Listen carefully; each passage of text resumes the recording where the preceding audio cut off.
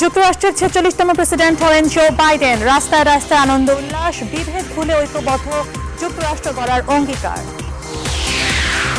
তবুও হার মানতে নারাজ নন ডোনাল্ড ট্রাম্প। আইনি লড়াইয়ের ঘোষণা, ছেড়ে যাচ্ছেন অনেক কর্মকর্তা ও সতীর্থরা। প্রথম নারী ভাইস প্রেসিডেন্ট হলেন কামালা হ্যারিস। ইতিহাসের অংশ হলেন প্রথম এশীয় আমেরিকান ভাইস প্রেসিডেন্ট হয়ে। করোনায় বদলে গেছে অর্থনীতি। ১০০ জনের নতুন করে গরিব হয়েছেন ২২ জন, আয় কমেছে ৮৪ জনের।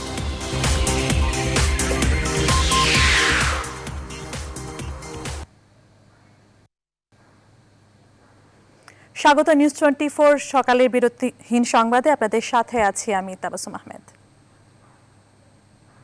শুরুতে মার্কিন নির্বাচন প্রসঙ্গ।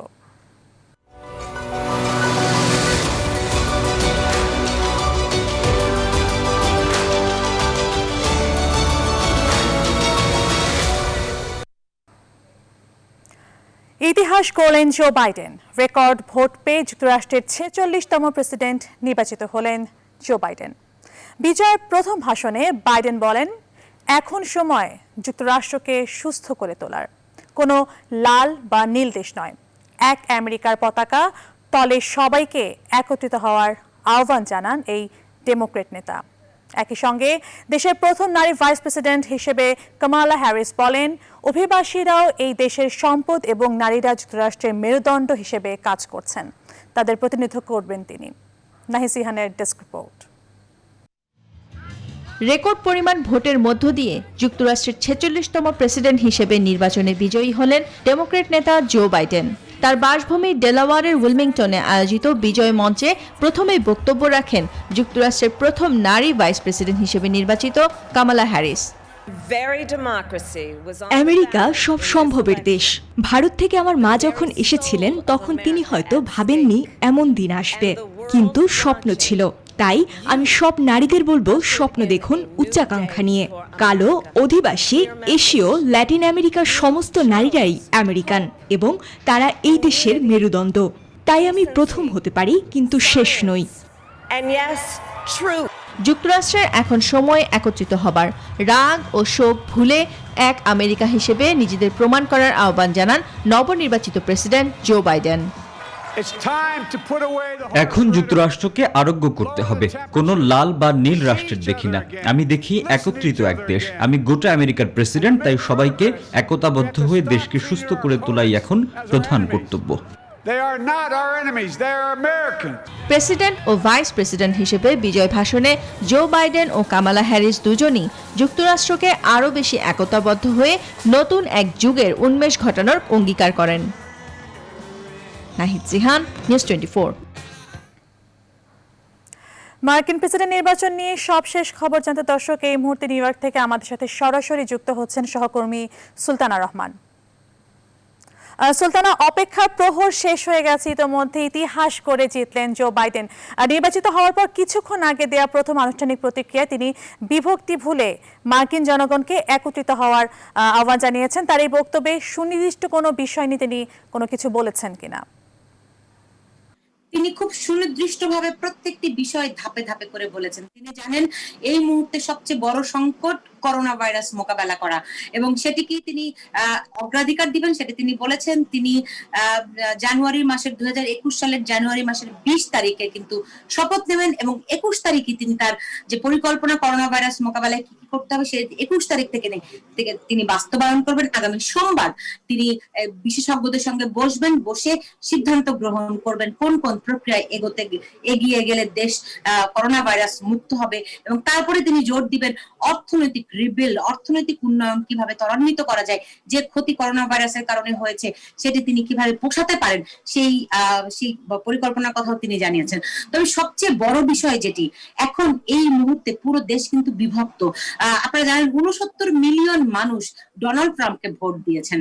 ফলে এই দেশটি যে পুরোপুরি বিভক্ত, এবং তিনি বলেছেন তিনি প্রায় তার 47 বছরের রাজনৈতিক ক্যারিয়ার, এই ক্যারিয়ারে তিনি কিন্তু বেশ কয়েকবার পরাজিতও হয়েছেন। তিনি বলেছেন পরাজয়ের বেদনা তিনি বোঝেন, সেই জন্য এই বেদনা থেকে সবাইকে প্রশমিত করার জন্য তিনি দুই পক্ষকেই ঐক্যবদ্ধ হওয়ার আহ্বান জানিয়েছেন। তিনি বলেছেন আমেরিকানরা একটি গ্রেট নেশন ইন দিস আর্থ, সুতরাং তারা আমেরিকান হিসেবে যে শক্তি, যে ঐক্য, সে তার মধ্য দিয়েই নতুন করে নতুন দিনের তিনি সূচনা করতে চান। এবং তিনি বলেছেন যে ঐক্যবদ্ধ আমেরিকা মানে সবচেয়ে শক্তিশালী একটি জাতি, সুতরাং মতভেদ আছে, সেটাই গণতন্ত্রের সৌন্দর্য। তিনি বলেছেন গণতান্ত্রিক কাঠামোর মধ্যে যারা নিজের তাকে ভোট দিয়েছেন এবং যারা দেননি, দুই পক্ষকেই তিনি আসলে নিজের কাছে টেনে নিয়েছেন। এবং যেই প্রেসিডেন্ট ডোনাল্ড ট্রাম্প কিন্তু এখনো এই জয়কে তিনি স্বাগত জানাননি, তিনি বরং মানছিলেন না। আগামী সোমবার দিন পেনসিলভেনিয়াতে তার আইনজীবীরা আরেকটি নতুন মামলা করবে এবং তিনি বারবার টুইট করছেন, তার ক্যাম্পেইন বক্তব্য দিচ্ছে এবং হোয়াইট হাউস থেকে প্রেসিডেন্ট নিজে একটি স্টেটমেন্ট দিয়েছেন। তিনি বলেছেন জো বাইডেন খুব তাড়াহুড়ো করছেন, game is not over, election is not over, এইভাবে করে বলে তিনি বলছেন যে আগামী তাদের অপেক্ষা করতে হবে এবং নির্বাচন শেষ হয়নি। তিনি কারচুপির অভিযোগটি আরো করে যাচ্ছেন। তার যারা সমর্থক তাদেরকে সতর্ক থাকতে বলছেন, তার মানে হচ্ছে তিনি আসলে বিশ্লেষকরা বলছেন তার সমর্থকদেরকে তিনি আরো উস্কে দিচ্ছেন। দেশের বিভিন্ন স্থানে বিচ্ছিন্নভাবে বেশ কিছু সহিংসতার ঘটনা ঘটেছে, কয়েক জায়গায় বন্দুক হামলা হয়েছে, কিন্তু জো বাইডেন বলছেন যাদের এই উত্তেজনা রয়েছে, পরাজয়ের বেদনা রয়েছে, তিনি তাদের প্রশমিত করতে চান। তিনি দুই পক্ষকে সঙ্গে নিয়েই এগিয়ে দেশ গঠন করতে চান। কমলা হ্যারিস বলেছেন তাকে দেখে এই দেশের সব নারীরা, বিশেষ করে শিশু নারীরা, তারা বুঝবে যে কোনো সম্ভাবনা তারা বাস্তবায়ন করতে পারেন। কমলা হ্যারিস আমেরিকার ইতিহাসে প্রথম নারী ভাইস প্রেসিডেন্ট, প্রথম কৃষ্ণাঙ্গ আমেরিকান, প্রথম এশিয়ান আমেরিকান, আরো সুনির্দিষ্ট করে যদি বলি সাউথ এশিয়ান আমেরিকান। ফলে তিনি একজন ইমিগ্রান্টও ছিলেন। ফলে তিনি বলছেন যে তার যে স্বপ্ন আজকে বাস্তবায়ন হয়েছে, আমেরিকার মানুষ তাকে যে অবস্থানে নিয়ে গেছেন, তিনি এবং জো বাইডেন ঐক্যবদ্ধভাবে প্রতিটি মুহূর্ত আমেরিকানদের জন্যই কাটাবেন। এরকম একটি অবস্থায় মানুষের ভিতরে যেই গত এক সপ্তাহ, আসলে এটি একটা দীর্ঘ ক্লান্তিকর একটি এক সপ্তাহ মানুষ পার করেছে, সেই সঙ্গে ছিল একটা শ্বাসরুদ্ধকর অবস্থা।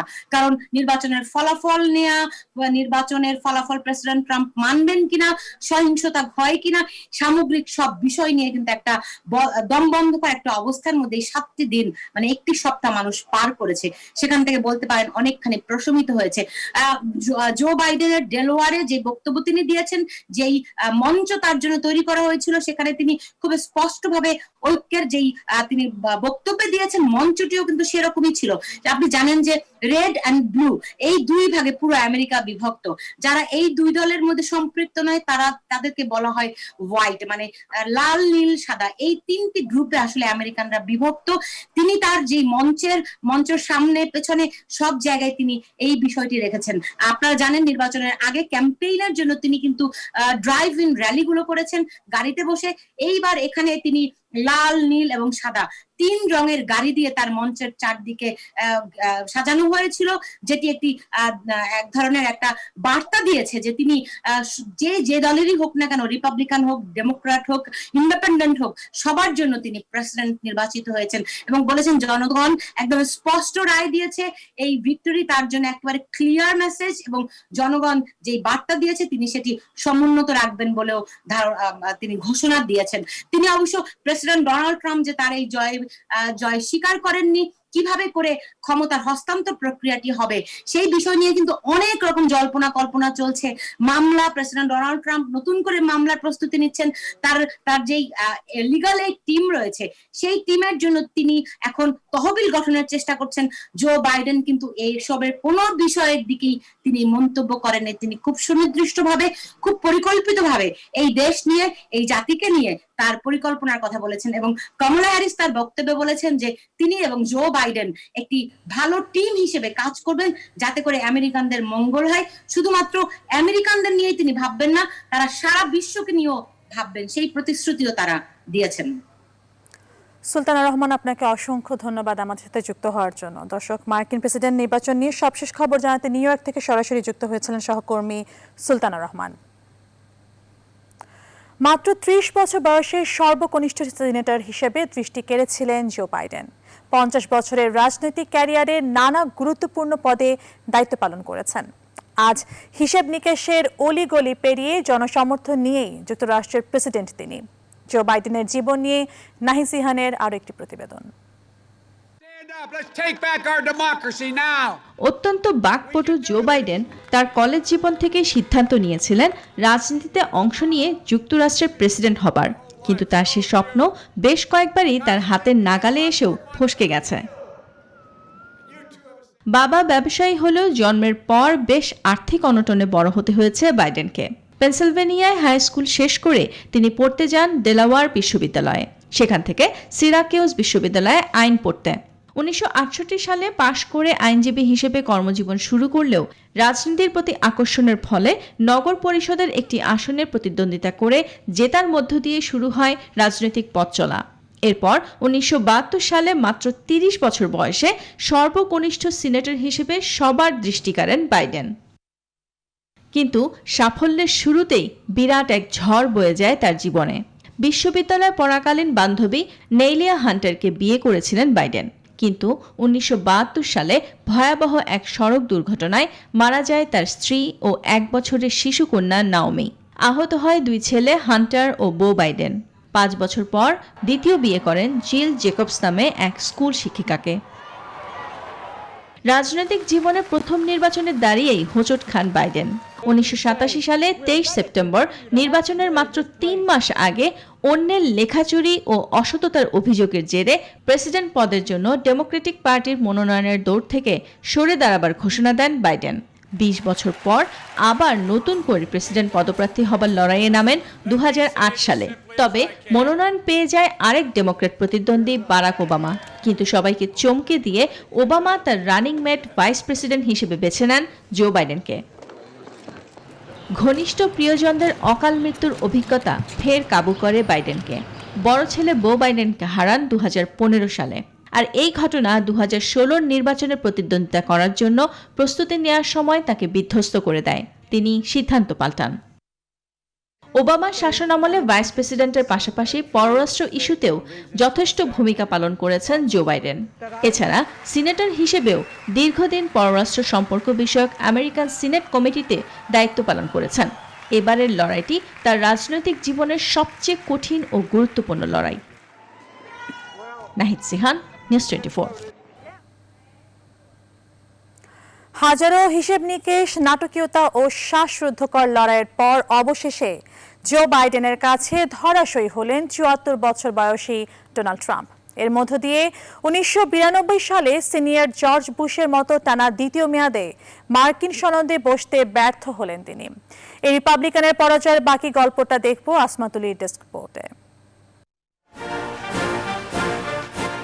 যুক্তরাষ্ট্রের প্রেসিডেন্ট নির্বাচনে অবশেষে হেরেই গেলেন ডোনাল্ড ট্রাম্প। মূলত দেশটির করোনা মহামারী মোকাবেলার ব্যর্থতার জন্যই তার এত বড় মাশুল গুনতে হয়েছে বলে মনে করছেন বিশেষজ্ঞরা। তবে এত সহজে হাল ছাড়েননি ট্রাম্প। জয় আসবে ধরে নিয়ে শেষ মুহূর্ত পর্যন্ত দাঁতে দাঁত কামড়ে পড়েছিলেন তিনি। একের পর এক স্টেটে ধাক্কা খেলেও ভোট পুনর্গণনার দাবিতে অনড় ছিলেন ট্রাম্প। কিন্তু পেনসিলভেনিয়ায় তার নিশ্চিত জয়ে শেষ মুহূর্তে হানা দিয়েছে জো বাইডেন। এর মধ্য দিয়ে দ্বিতীয়বার হোয়াইট হাউসের দখল নেওয়া হলো না ট্রাম্পের। 46তম প্রেসিডেন্ট হিসেবে তার জায়গায় বাইডেনকেই দিতে হচ্ছে হোয়াইট হাউসের চাবি। 264 ইলেকটোরাল ভোট নিয়ে বেশ আগে থেকেই এগিয়েছিলেন জো বাইডেন। তখন ট্রাম্পের ছিল 214টি ইলেকটোরাল ভোট। তবে জর্জিয়ায় ভোট পুনর্গণনার সিদ্ধান্ত নেয়ার পর আশায় বুক বাঁধতে শুরু করে ট্রাম্প শিবির। হিসেব কষছিলেন পেনসিলভেনিয়া সহ বাকি রাজ্যগুলো জয় করে 270 ম্যাজিক ফিগার ছুঁয়ে ফেলবার। তবে ট্রাম্প এটাও জানতেন বাইডেন পেনসিলভেনিয়ার 20টি ইলেকটোরাল ভোট জিতে নিলে রিপাবলিকান শিবিরের কিছুই করার থাকবে না। শেষমেশ তাই হলো। পেনসিলভেনিয়ায় বাইডেনকে জয় এনে দিল, আর জর্জিয়ার ভোটের হিসেব নিকেশ অথবা নেভাডার ভোটগুলোর আর প্রয়োজনীয় হলো না। এর মধ্য দিয়ে মার্কিন রাজনৈতিক ইতিহাসে প্রেসিডেন্ট জর্জ বুশ সিনিয়রের মতো টানা দ্বিতীয়বার হোয়াইট হাউসের টিকিট পেতে ব্যর্থ হয়েছেন ট্রাম্প। 1992 সালে সিনিয়র বুশ সে সময় আরেক ডেমোক্র্যাট বিল ক্লিন্টনের কাছে পরাস্ত হয়েছিলেন। পুরনো সেই তালিকায় এখন যোগ হল পরাজিত যুক্তরাষ্ট্রের 45তম প্রেসিডেন্ট ডোনাল্ড ট্রাম্পের নাম। আসমাতুলি, নিউজ 24। জো বাইডেন যুক্তরাষ্ট্রের 46তম প্রেসিডেন্ট হওয়ায় দেশটিতে ডেমোক্রেটিক দলের ভাইস প্রেসিডেন্ট হচ্ছেন ক্যালিফোর্নিয়ার সিনেটর কামালা হ্যারিস। এর মধ্য দিয়ে কামালা হচ্ছেন প্রথম কোনো এশীয় আমেরিকান নারী যিনি যুক্তরাষ্ট্রের ভাইস প্রেসিডেন্ট হওয়ার গৌরব অর্জন করলেন। আসমাতুলির আরও একটি ডেস্ক রিপোর্ট। গেল 7 অক্টোবর রিপাবলিকান দলের ভাইস প্রেসিডেন্ট প্রার্থী মাইক পেন্সের সঙ্গে করা বিতর্কেই আঁচ করা গেছে কতটা রাজনৈতিক দূরদর্শিতার অধিকারী কামালা হ্যারিস। বিতর্কে তার যৌক্তিক তর্কের তারিফ করেছেন সবাই। শুধু বিতর্কেই নয়, বিভিন্ন নির্বাচনী ক্যাম্পেইনে তার যোগ্যতার ছাপ রেখে গেছেন তিনি। আর মা শ্যামলা গোপালান একজন ভারতীয়। শুরুতে চেন্নাইয়ের বিজ্ঞানী মা গোপালান যুক্তরাষ্ট্রে গবেষণার কাজে গেলেও সেখানে স্থায়ী হন। বিয়ে করেন আফ্রিকান মার্কিনী ডোনাল্ড হ্যারিসকে। তবে মাত্র 7 বছর বয়সে বাবা মায়ের বিচ্ছেদ হয়ে যাওয়ায় দীর্ঘ সময় মায়ের কাছে বড় হয়েছেন কামালা। একই সঙ্গে দেখেছেন এশিয়ান এবং আফ্রিকানদের সঙ্গে শ্বেতাঙ্গ মার্কিনীদের বৈরী আচরণ। কমলা নিজেই বলেছেন, গায়ের রং কালো হয় প্রতিটি ক্ষেত্রেই দেখেছেন নানান বৈষম্য। You can do anything and you can do everything. তাই তো ক্যালিফোর্নিয়ার অকল্যান্ডে জন্মগ্রহণ করা কামালা রাষ্ট্রবিজ্ঞান ও অর্থনীতিতে স্নাতক ডিগ্রি নিয়েও পরবর্তীতে আইন বিষয়ে পড়েন। এক পর্যায়ে অ্যালামাডা কাউন্টি জেলা অ্যাটর্নি অফিসে কর্মজীবন শুরু করেন। পাশাপাশি বর্ণবাদের বিরুদ্ধে চালিয়ে যান লড়াই। আর এইভাবেই সময়ের পরিবর্তন ও নানা উত্থান পতনের মধ্য দিয়ে ক্যালিফোর্নিয়ার সিনেটর নির্বাচিত হন কামালা হ্যারিস। হয়েছেন যুক্তরাষ্ট্রের মতো একটি দেশের ভাইস প্রেসিডেন্ট প্রার্থী। এমনকি 2020-এর ডেমোক্রেট দলের হয়ে জো বাইডেনের সঙ্গে তিনি প্রেসিডেন্ট পদের জন্য লড়েছেন।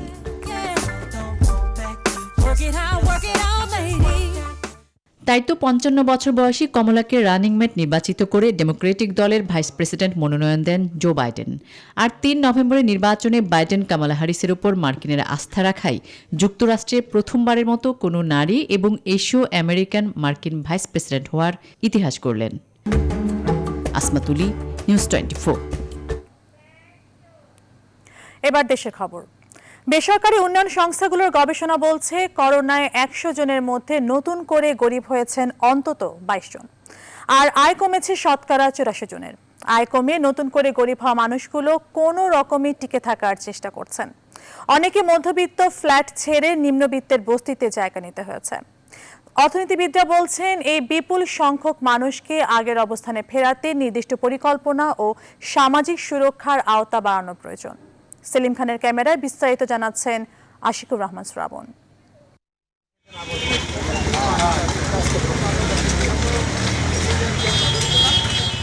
সারোয়ার শরীফ পেশায় নতুন চা পানের দোকানি। 4 মাস ধরে শুরু করেছেন।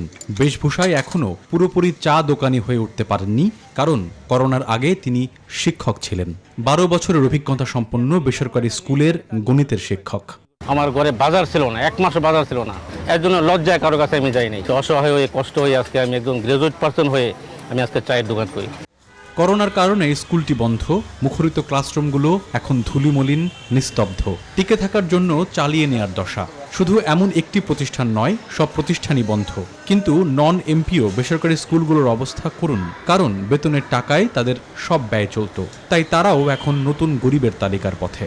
2 লক্ষ টাকা বাড়ি ভাড়া দেওয়া লাগে এই প্রতি মাসে।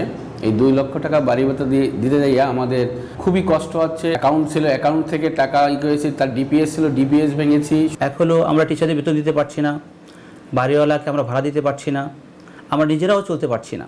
ফ্ল্যাটটা এখনো কমপ্লিট হয় না, আমি এখনো উঠিও নাই। ফ্ল্যাটটা শেষ পর্যায়ে ছিল, সেই পর্যায়ে এসে জুলাই মাসে আমার ফ্ল্যাটটিও বিক্রি করে দিই। পেশায় এই বাইক রাইডারও করোনার আগে ছিলেন ইংরেজির শিক্ষক, কিন্তু করোনার ধাক্কায় তিনি এখন নতুন গরিবের তালিকায়। পরিবার নিয়ে টিকে থাকার সংগ্রামে লড়ছেন নতুন পেশায়। বাবা মা ভাই বোনের ভরণ পোষণ দিতে পারে না, সেই সার্টিফিকেট কোনো মূল্য নেই। অনেকে জিজ্ঞেস করে, ভাই আপনি আগে কী করতেন? বলতেও লজ্জাবোধ করি যে আমি একজন শিক্ষক। করোনার দীর্ঘমেয়াদী ধাক্কায় এমন গল্প এখন অসংখ্য। করোনা যেসব মধ্যবিত্ত এবং নিম্ন মধ্যবিত্ত মানুষদেরকে এক ধাক্কায় দারিদ্র্যসীমার নিচে নামিয়েছে, তাদেরকে জীবন জীবিকার মূল স্রোতে যুক্ত করতে হলে প্রয়োজন সামাজিক নিরাপত্তা বলয় আরও বাড়ানো। তারা এখন দারিদ্র্যের নিচে পড়ে গেছে। এদেরকে আমরা বলছি নতুন দরিদ্র। এই নতুন দরিদ্রদের সংখ্যা বেশ বড় এবং এদের ব্যাপারে চিন্তাভাবনা নতুন করে শুরু করাটা খুব জরুরি। ক্ষুদ্র ঋণের ব্যবস্থা করা যেতে পারে, সেখানে সরকারি বিভিন্ন বিনিয়োগ বাড়িয়ে বিনিয়োগের মাধ্যমে তাদের কর্মসংস্থান করা যেতে পারে, লক্ষ্য নির্দিষ্ট ক্যাশ ট্রান্সফার তাদের জন্য করা যেতে পারে। বিশ্লেষকরা বলছেন, করোনায় বাংলাদেশের তরুণদের মধ্যে বেকারত্বের হার দ্বিগুণ হয়েছে। মানুষকে নিঃস্ব করে দেয়া এই সংকট মোকাবেলায় তাই প্রয়োজন স্থায়ী ও দীর্ঘমেয়াদী সমাধান। আশিকুর রহমান শ্রাবণ, নিউজ 24, ঢাকা। করোনায় বড় ধাক্কা লেগেছে শিল্প ঋণে। বাংলাদেশ ব্যাংকের হিসেবে চলতি বছরের প্রথমার্ধে ঋণ বিতরণ কমেছে প্রায় 35%। ব্যবসায়ীদের অভিযোগ, ঋণ বিতরণে আন্তরিকতা কম ব্যাংকের। আবার ছোট বড় ব্যবসায়ীদের মধ্যে বৈষম্য রয়েছে বলে অভিযোগ উদ্যোক্তাদের। তবে ঋণ বিতরণ বাড়াতে রাষ্ট্রায়ত্ত ব্যাংকের জোর প্রচেষ্টা চালাচ্ছে বলে দাবি করছেন অগ্রণী ব্যাংকের ব্যবস্থাপনা পরিচালক। পরিস্থিতির উন্নতি হচ্ছে বলে দাবি বেসরকারি ব্যাংকগুলোর। সুলতান আহমেদের প্রতিবেদন। এক অদৃশ্য ভাইরাস পাল্টে দিয়েছে সব ব্যবসায়িক হিসেব। বিশেষ করে ঋণ বিতরণ ও বিনিয়োগে বিশ্বব্যাপী যে ভাটা পড়েছে তা কবে নাগাদ কাটিয়ে ওঠা যাবে সেই উত্তরও নেই কারো কাছে। অবশ্য করোনা আসার আগে থেকেই বেসরকারি বিনিয়োগে ঘাটতি ছিল বাংলাদেশে। বাংলাদেশের শিল্প প্রতিষ্ঠানগুলো এখনও ব্যাংক ঋণ নির্ভর। এই বাস্তবতায় করোনা মহামারী বিনিয়োগে তৈরি করেছে বাধার দেয়াল। এর ফলে ঘাটতি হচ্ছে নতুন কর্মসংস্থান তৈরিতেও। কেন্দ্রীয় ব্যাংকের হিসেবে চলতি বছরের জানুয়ারি থেকে জুন সময়ে মোট ঋণ বিতরণ হয়েছে ৭৪,২৫৭ কোটি টাকা, যা তার আগের বছরে ছিল ১,১৪,৬৮১ কোটি টাকা। শতকরা হিসেবে কমেছে প্রায় ৩৫%।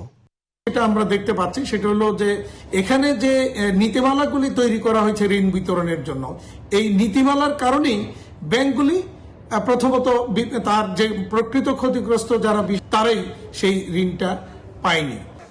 বাস্তবতা আরও কঠিন এসএমই সেক্টরে। সরকার ঘোষিত ২০,০০০ কোটি টাকার প্রণোদনা প্যাকেজ মাত্র ১/৪ বিতরণ হয়েছে। উদ্যোক্তারা বলছেন বৈষম্য হচ্ছে ঋণ বিতরণে। ব্যাংকিং চ্যানেলের সাথে যারা সংশ্লিষ্ট না বা ইনফর্মাল চ্যানেলে যারা আছে তারা এই সুবিধা থেকে বঞ্চিত হচ্ছে। এই বঞ্চিত হওয়ার যাত্রাটা যত প্রলম্বিত হবে, আমাদের উদ্যোক্তাদের হারিয়ে যাওয়ার বিষয়টাও ততটা প্রসারিত হবে। যদিও ব্যাংকাররা বলছেন শিল্প ঋণ বাড়াতে জোর প্রচেষ্টা চালাচ্ছেন তারা। আবার ঋণ নিতে ব্যবসায়ীদের প্রস্তুতি কম বলেও মত তাদের।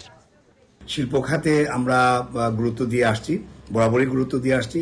আমাদের 3 রকমের সেবা শিল্প খাতে রয়েছে। আমরা কিন্তু ইতিমধ্যে প্রায় 914 কোটি টাকা আমাদের শিল্প খাতে প্রণোদনা দেওয়ার কথা ছিল। আমরা 100% দিয়েছি এবং শুধু 100% দেই নাই, আমরা আরো ঋণ চেয়েছি। এদিকে শুধু ঋণ বিতরণেই নয়, করোনার সময়ে ঋণ আদায়ও বড় চাপে রয়েছে ব্যাংকগুলো। প্রথম 6 মাসে আদায় কমেছে প্রায় 30%। সুলতান আহমেদ, নিউজ 24, ঢাকা। উন্নয়নের হাওয়া বইতে শুরু করেছে ঢাকার সম্প্রসারিত ওয়ার্ডগুলোতে। এর ধারাবাহিকতায় আব্দুল্লাপুর কামারপাড়া 54 নম্বর ওয়ার্ডে চলছে প্রশস্ত রাস্তা ও ড্রেন নির্মাণ কাজ। কিন্তু রাস্তা প্রশস্ত করতে বাড়ি মালিকরা জায়গা না ছাড়ছেন না বলে অভিযোগ পাওয়া যায়। ফলে শিডিউল মাফিক নির্ধারিত সময়ের মধ্যে প্রকল্পের কাজ শেষ না হওয়ার আশঙ্কা করছেন ঠিকাদারি প্রতিষ্ঠান। ফলে কাজের ধীর গতিতে চলাচলে চরম ভোগান্তিতে পড়ছেন স্থানীয় বাসিন্দারা। তালুকদার বিপ্লবের প্রতিবেদন। 2016 সালে 16টি ইউনিয়নকে ভেঙে ঢাকার 2 সিটি কর্পোরেশনকে সম্প্রসারিত করা হয়। এতে উভয় সিটি কর্পোরেশনে নতুন 18টি করে ওয়ার্ড যুক্ত হয়। এর আগে এসব এলাকার উন্নয়ন না হলেও গত সিটি নির্বাচনের পর উন্নয়নের ছোঁয়া লাগতে শুরু করেছে এসব সম্প্রসারিত ওয়ার্ডগুলোতে। এরই ধারাবাহিকতায় ঢাকা উত্তর সিটি কর্পোরেশনের 54 নম্বর ওয়ার্ড কামারপাড়ায় চলছে প্রশস্ত রাস্তা ও ড্রেন নির্মাণ কাজ। কিন্তু উন্নয়ন প্রকল্পের কাজের ধীরগতির অভিযোগ করছেন এলাকাবাসী। আমি যদি বলি ওই ওয়াল পর্যন্ত আমার এদিকে ভাঙবো না, আপনি পুরা ভাঙিয়া দেন, এটা রাইট কিনা? বাড়ি করে রেখেছে, হ্যাঁ, এই জায়গা দিতে যাচ্ছে না, সবাই বুঝাই সুঝাই যে ভাঙতেছে, কেউ দেরি করছে, এই কারণে হয়তো কাজটা একটু বন্ধ আছে। রাস্তা প্রশস্ত করতে অনেকে জায়গা না ছাড়ায় দ্রুত গতিতে কাজ শেষ করতে পারছেন না বলে জানান ঠিকাদারি প্রতিষ্ঠান। অনেক জায়গায় দেখা গেছে পানির একটু প্রবলেম হয়, ওই জায়গায় একটু পানিটা কিরকম কম হয়, আর যে জায়গায় পানি প্রবলেম না হয় ওই জায়গায় কোনো পানির সমস্যা হয় না। মেয়াদটা কতদিন পর্যন্ত আছে এটাও জানি না, আর কতদিন এক্সটেনশন হবে এটাও আমরা জানি না। নির্ধারিত সময়ের মধ্যে উন্নয়ন কাজ শেষ করতে ওয়ার্ডের বাসিন্দাদের সহযোগিতা চাইলেন স্থানীয় কাউন্সিলর। কিছু কিছু লোকজন আছে যারা কথা একেবারে শুনতে চাচ্ছে না, তাদের সাথে আমাদের বেশ কিছু সমস্যা হচ্ছে। এই সমস্যার কারণে সাময়িকভাবে একটু বেগ পেতে হচ্ছে। আশা করতেছি যে সমস্যা নিরসনের শেষ পর্যায়ে আমরা এসে পড়েছি। ঢাকা উত্তর সিটি কর্পোরেশনের সম্প্রসারিত ওয়ার্ডগুলোর উন্নয়নে আরও 4,200 কোটি টাকার প্রকল্প হাতে নিয়েছে সরকার। তালুকদার বিপ্লব, নিউজ 24, ঢাকা। চলচ্চিত্র সরকারি অনুদানের অর্থের পরিমাণ জেনে আবেদন করেন নির্মাতারা, কিন্তু অনুদান পাওয়ার পর একটি ছবি নির্মাণে এই অর্থ যথেষ্ট নয়। অজুহাত দেখিয়ে পার করে দেন বছরের পর বছর। অন্যদিকে নির্মাতাদের অভিযোগ, এক অর্থ বছর শেষ হয়ে নতুন অর্থ বছরের ছবির কাজ শুরু হলেও আগের অর্থ বছরের চিত্রনাট্যের অর্থ পেতে বারবার ছুটতে হয় মন্ত্রণালয়। চলচ্চিত্র সরকারি অনুদান এবং অনিয়মের অভিযোগ নিয়ে ফাতেমা কাউসারের 4 পর্বের ধারাবাহিকের শেষ পর্ব আজ। সব কষ্টগুলো নয়, বাপ মা ঝগড়া করলে যেমন সন্তানের উপরে পড়ে, সমস্ত সমস্যাগুলো যে ফিল্মের উপরে। চলচ্চিত্রের সরকারি অনুদানের সিনেমা নিয়ে এভাবেই ক্ষোভ প্রকাশ করলেন অনুদান বাছাই কমিটির অন্যতম এই সদস্য। মানে সিনেমার চেয়ে টাকাটাকে মুখ্য হয়ে গেছে। প্রতি বছর যেসব চিত্রনাট্য পায় সরকারি অনুদান, তার কতগুলো মানসম্পন্ন আর কতগুলোই বা শেষ করে নির্মাণ কাজ, তার উত্তর জানা নাই সংশ্লিষ্ট মন্ত্রণালয়েরও। এই বিষয়টি আমার জানা নেই, আমি আশা করি যে দেখব, সমস্যা থাকলে আমরা তাদের পাশে দাঁড়াবো। তবে নির্মাতাদেরও অভিযোগ রয়েছে বিস্তর। অনুদানের টাকা পেতে তাদেরকে বারবার ছুটতে হয় মন্ত্রণালয়ে। আবার অনেকের অভিযোগ, যোগ্য লোকের কাছে অনুদানের টাকা পৌঁছয় না বলেই এমন অনিয়ম। অনুদানের এই প্রক্রিয়া স্বচ্ছ নয়, তদবির, লবিং, রাজনৈতিক বিবেচনা অনেক বেশি গুরুত্ব পায়। আমার পোস্ট প্রোডাকশন তো হিউজ, এখানে আমার সাউন্ড ডিজাইন থেকে শুরু করে ডাবিং এবং কালার গ্রেড, আমার ভিএফএক্স স্ট্যাটাস এনশিওর করা। সরকার বলছে যে পুরো সিনেমা আপনি বানিয়ে জমা দিলে আমি ওই টাকা দেবো, তাহলে how I can finish my film. তবে সৃজনশীল এই কাজে নির্মাতাদের আরও বেশি দায়িত্বশীল হওয়ার পরামর্শ চলচ্চিত্র সংশ্লিষ্টদের। যেহেতু সরকারের টাকা, সরকার তো মাঝে মধ্যে তাদের প্রতিনিধিরা খোঁজখবর নিতেই পারেন যে কীরকম হলো, কত দূর হলো।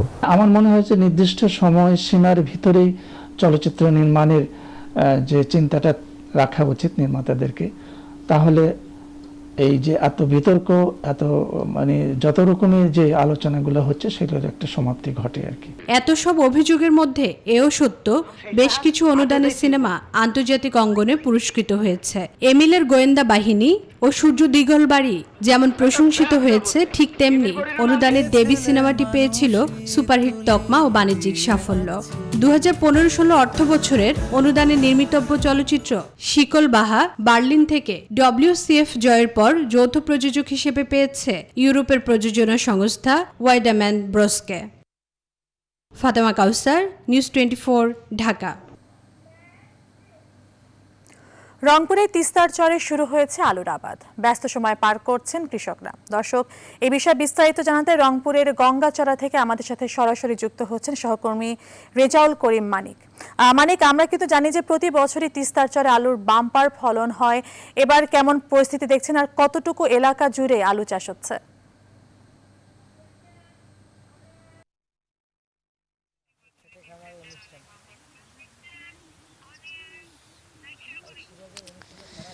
ধন্যবাদ তাবাচ্ছুম। বন্যার ক্ষত কাঁধে নিয়েই তিস্তা পাড়ের কৃষকরা মাঠে নেমেছে চাষাবাদের জন্য। অর্থাৎ প্রতি বছরই এই বন্যার ক্ষত কাঁধে নিয়েই কিন্তু এই তিস্তা পাড়ের মানুষ এবং তিস্তা ধরলা সানিয়ে যান। অর্থাৎ রংপুর অঞ্চলে যে 653টি চর রয়েছে, এই চরের মানুষগুলো কিন্তু এই ফসল চাষাবাদ করে থাকে। তাদের ফসল কিন্তু বাম্পার ফলন হয়। এই তিস্তার বুকে চাষাবাদ করা বিভিন্ন ফসল দিয়েই কিন্তু তাদের তিস্তা পাড়ের মানুষগুলো চলে বাকিটি জীবন। আমরা কথা বলতে চাই, চাষাবাদ করছেন একজন। এখন তিস্তার আপনি দেখতে পাচ্ছেন ক্যামেরা চোখে বিস্তীর্ণ এলাকা জুড়েই কিন্তু কৃষকরা মাঠে রয়েছে। একটু আপনার সাথে কথা বলতে চাই যে আপনি আবাদ করছেন, বীজ বপন করছেন রসুনের দেখতে পাচ্ছি, তো যে কেমন ফলন হবে এবং আপনারা কতটা লাভের জন্য প্রত্যাশী? ফলন তো হয় মোটামুটি ভালোই হয়, কিন্তু গটালে বা যে বীজের দাম বেশি, আর অন্য অন্য বছর এবার বীজের দাম বেশি। ঘটনা হলো যে আর এই বীজের ফলন তো আল্লাহ যদি দেয়, পরে যে কি মনে করেন যে দাম পাবো সেটাই আল্লাহ ভালো জানে। কত বিঘা জমিতে আপনি আবাদ করছেন? 2 বিঘা। প্রতি বছর কি রসুন আবাদ করেন? হ্যাঁ করি, কম বেশি প্রতি বছরে করি। আলু আবাদ করেন না? আলু করি, আবার ডাল কুমড়া করি, মিষ্টি কুমড়া যেটাকে বলে। তাতে কি এই আবাদ দিয়ে কি সারা বছর চলে? ভাই মানে তেমন একটা চলে না। এই যে আবাদ দিয়ে মনে করেন যে আবার মনে করেন দেখা গেল যে আবাদের শেষে ফসলের দাম কম হয়ে যায়, দেখা গেল যে আমাদের হিসাবের সাথে ঘাটতি হয়ে যায়। ধন্যবাদ আপনাকে। আমরা কথা বলছিলাম একজন কৃষকের সাথে, তিনি বলছেন যে এই তিস্তার বুকে চাষাবাদ করাই যে ফসল তারা ফলান, এই ফসল বিক্রি করেই তাদের চলে বাকিটি অর্থাৎ সারাটা বছর। আমরা আরেকজনের সাথে একটু কথা বলতে চাই, একটু আপনার সাথে কথা বলতে চাই। আপনি এখানে চাষাবাদ করছেন, তো এই চাষাবাদে আপনার কতটা লাভের স্বপ্ন দেখছেন? আমি কথা বলতে পারবো না। ধন্যবাদ আপনাকে। আপনি শুনছিলেন আসলে কৃষকদের কথা। আমরা কথা বলেছিলাম তিস্তাপাড়ের বিস্তীর্ণ এলাকা জুড়ে বিভিন্ন কৃষকের সঙ্গে। তারা কিন্তু বলছেন যে এই তিস্তার বুকে প্রতি বছরই বন্যার ভয়াবহ থাবায় তারা ছিন্ন ভিন্ন হয়ে পড়েন, পরে তারা আবার ঝাঁপিয়ে পড়েন চাষাবাদের জন্য। সে স্বপ্নের ফসল ফলিয়ে তারা বাকিটি বছরের বাকিটি সময় পরিবার পরিজন নিয়ে তারা মানে সুখে শান্তিতে বাস করেন, কিন্তু আবারও বন্যার থাবায় কিন্তু একই রূপ কিন্তু দেখা যায় তিস্তাপাড়ে। অর্থাৎ তিস্তাপাড়ের মানুষের দুঃখ দুর্দশা কিন্তু এই চরের মানুষের যারা ফসল আবাদ করেন, এই ফসল নিয়ে কিন্তু তাদের বেঁচে থাকার স্বপ্ন। তো এই ছিল তিস্তা রংপুরের গঙ্গাচড়া তিস্তা চর থেকে আমার কাছে সর্বশেষ। ফিরে যাচ্ছি আপনার কাছে স্টুডিওতে। মানিক, আপনাকে ধন্যবাদ। দর্শক, রংপুরের গঙ্গাচড়া থেকে যুক্ত হয়েছিলেন সহকর্মী রেজাউল করিম মানিক। শেরপুরের চাষিরা ধান কাটায় ব্যস্ত সময় পার করছেন। চলতি মৌসুমে আমন ধানের বাম্পার ফলন হয়েছে, বাজার দরও ভালো পাওয়ায় কৃষকের মুখে হাসি ফুটেছে। জেলায় লক্ষ্যমাত্রার চেয়ে 1135 হেক্টর বেশি জমিতে রোপা আমন ধানের আবাদ হয়েছে। এতে 3 দফায় বন্যার পরও কৃষকরা তাদের ক্ষতি পুষিয়ে নিতে পারবেন বলে আশা জেলা কৃষি বিভাগের। শেরপুর থেকে জোবাইদুল ইসলামের পাঠানো তথ্য ছবিতে ডেস্ক রিপোর্ট। চলতি বছর শেরপুর জেলায় আমন ধানের লক্ষ্যমাত্রা ছিল 91,300 হেক্টর। এই লক্ষ্যমাত্রা ছাড়িয়ে জেলায় আবাদ হয় 92,495 হেক্টর জমিতে। আর ধানের উৎপাদন লক্ষ্যমাত্রা ঠিক করা হয়েছে 3,66,700 মেট্রিক টন। পোকামাকড়ের আক্রমণ না থাকায় ফলনও বেশ ভালো হয়েছে। জেলার বিভিন্ন স্থানে এরই মধ্যে আমন ধান কাটাও শুরু হয়েছে।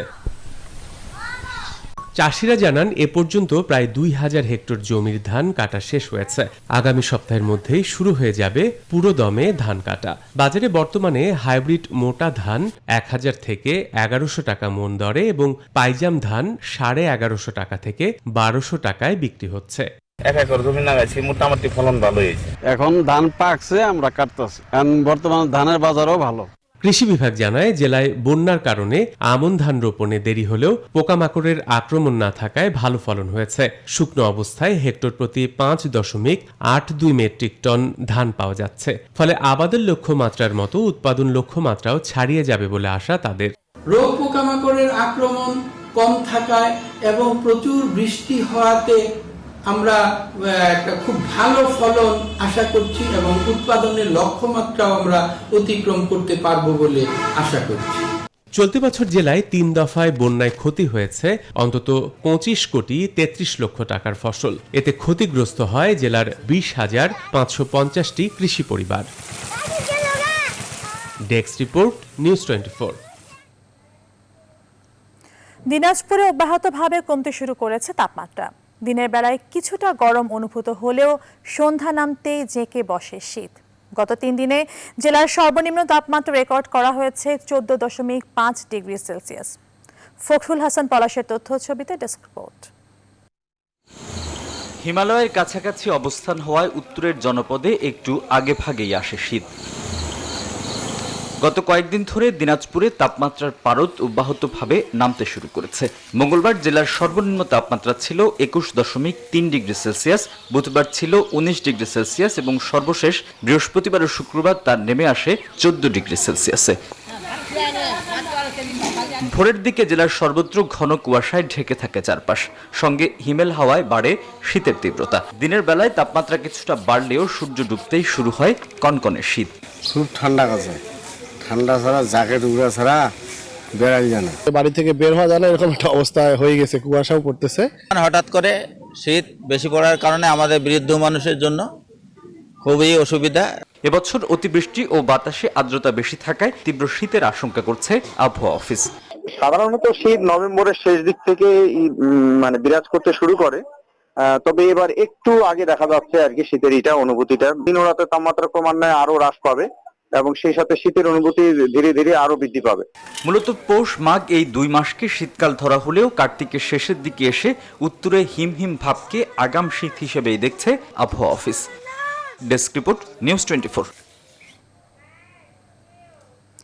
বঙ্গবন্ধুর জন্মশতবার্ষিকী ও আগামী পৌর নির্বাচনে দলের প্রার্থীর পক্ষে ঐক্যবদ্ধ রাখতে শোভাযাত্রা করেছে আওয়ামী লীগ। শনিবার বিকেলে পৌর এলাকা শোভাযাত্রা বের করা হয়। কাঁকনহাট পৌর আওয়ামী লীগের সভাপতি ও কাঁকনহাট পৌরসভার মেয়র আব্দুল মজিদ শোভাযাত্রায় নেতৃত্ব দেন। শোভাযাত্রাটি পৌর এলাকার বিভিন্ন সড়ক ঘুরে গোডাউন মোড়ে গিয়ে শেষ হয়। সেখানে অনুষ্ঠিত সমাবেশে বক্তব্য রাখেন পৌর আওয়ামী লীগের সাধারণ সম্পাদক হুমায়ুন কবির, পৌর যুবলীগের সাধারণ সম্পাদক তরিকুল ইসলাম।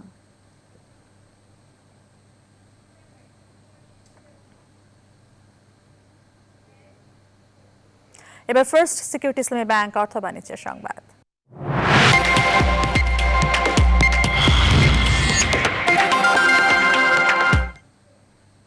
রাজধানীর কল্যাণপুর বস্তিতে ইউনিলিভারের অর্থায়নে নির্মিত ওয়াশ সেন্টার এবং ব্র্যাকের কোভিড-19 কার্যক্রম পরিদর্শন করেছেন British high commissioner Robert Chatterton Dickson. শনিবার সকালে তিনি এই পরিদর্শন করেন। এই সময় উপস্থিত ছিলেন ইউনিলিভার বাংলাদেশের চেয়ারম্যান ও ব্যবস্থাপনা পরিচালক কেদার লেলে এবং বেসরকারি উন্নয়ন সংস্থা ব্র্যাকের নির্বাহী পরিচালক আসিফ সালেহ। এ সময় তারা বস্তির ঘরগুলো ঘুরে দেখেন এবং অধিবাসীদের সাথে কথা বলেন।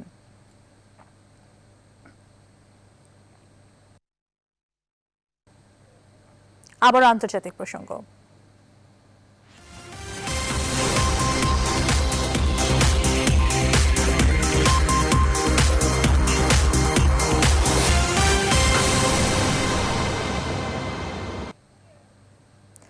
সামরিক শাসনের দীর্ঘ ইতিহাস পেছনে ফেলে দ্বিতীয়বারের মতো অনুষ্ঠিত হতে যাচ্ছে মিয়ানমারের সাধারণ নির্বাচন। রোববার দেশটির সাধারণ নির্বাচনের ভোট গ্রহণ, তবে ভোটাধিকার প্রয়োগ থেকে বঞ্চিত হচ্ছে সংখ্যালঘু রোহিঙ্গারা। নির্বাচনকে ঘিরে এরই মধ্যে সংশয় প্রকাশ করেছে আন্তর্জাতিক বিভিন্ন সংস্থা। দেশটির গণতান্ত্রিক সরকারের জন্য এই নির্বাচনকে বড় পরীক্ষা বলে মনে করা হচ্ছে, তবে গণমাধ্যমের পূর্বাভাস আবারও সংখ্যাগরিষ্ঠ ভোটে ক্ষমতায় আসতে যাচ্ছেন অং সান সুচির দল। এদিকে এবারে নির্বাচন শরণার্থী প্রত্যাবর্তনের বিষয়ে পথ দেখাবে বলে আশা প্রকাশ করেছে জাতিসংঘ।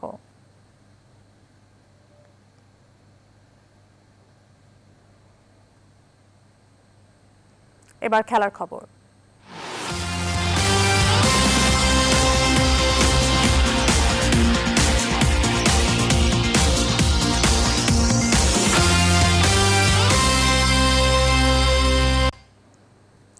এফসি উত্তরবঙ্গকে 7-0 গোলে হারিয়ে নারী ফুটবল লিগে জয়ের ধারা অব্যাহত রাখল হট ফেভারিট বসুন্ধরা কিংস। বীরশ্রেষ্ঠ সিপাহী মোস্তফা কামাল স্টেডিয়ামে ম্যাচের প্রথমার্ধ থাকে গোলশূন্য।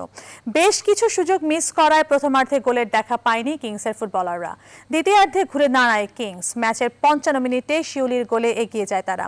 এরপর 72 ও 84 মিনিটে কৃষ্ণা রানী সরকার নিজের জোড়া পূরণ করেন। মাঝে 74 মিনিটে তহুরা, 78 মিনিটে মনিকা, 81 মিনিটে মুন্নি আক্তার এবং 89 মিনিটে সাবিনা গোল করে জয় এনে দেন দলকে। এদিকে দীর্ঘদিন পর ফুটবলাররা মাঠে নামায় কম্বিনেশনে কিছুটা ঘাটতি দেখা দিয়েছে বলে জানান বসুন্ধরা কিংস কোচ শরীফা অদিতি। অনেকদিন পর আমাদের এই যে কোভিডের কারণে ওরা 90 মিনিট আসলে গেম এখনও কন্টিনিউ করতে পারেনি। ফার্স্ট ম্যাচ এসছে, রোদের অনেক ছিল, তীব্রতা ছিল, আর এই টার্ফের মাঠে আমাদের ঘাসের মাঠের সাথে এটা অনেক ফাস্ট, ওই জন্য আমরা স্কোরটা ঠিকমতো করতে পারছিলাম না। তো আমি আবারও বলবো যে আমার অপোনেন্ট টিম অনেক বেটার জন্য আমার স্কোরিং লাভটা একটু লেট ছিল। জার্মান বুন্দেসলিগার বিগ ম্যাচে জয় পেয়েছে বায়ার্ন মিউনিখ। লিগের কঠিনতম প্রতিপক্ষ বরুশিয়া ডর্টমুন্ডকে 3-2 গোলে হারিয়েছে বাভারিয়ানরা। আর এই জয় টেবিলের শীর্ষ স্থানটা মজবুত করলো তারা। এদিকে ফ্রেঞ্চ লিগ 1-এ বড় জয় পেয়েছে পিএসজি। ঘরের মাঠে রেনেকে 3-0 গোলে বিধ্বস্ত করেছে ফরাসি জায়ান্টরা। বিস্তারিত প্রতিবেদনে। সংবাদ শেষ করার আগে শিরোনামগুলো আরো একবার।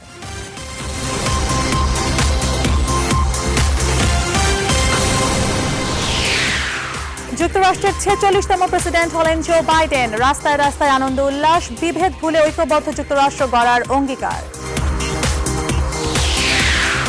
তবুও হার মানতে রাজি নন ডোনাল্ড ট্রাম্প। আইনি লড়াইয়ের ঘোষণা, ছেড়ে যাচ্ছেন অনেক কর্মকর্তা ও সতীর্থরা।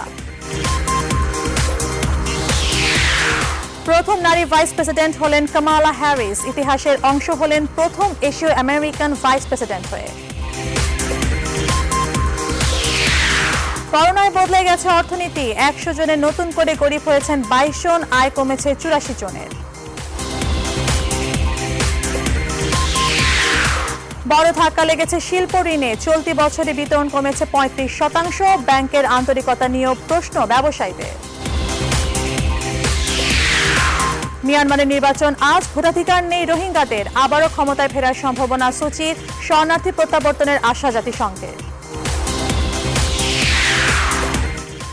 নিউজ 24 সকালের বিরতিহীন সংবাদ এখন এই পর্যন্তই। এতক্ষণ সাথে থাকার জন্য ধন্যবাদ সবাইকে।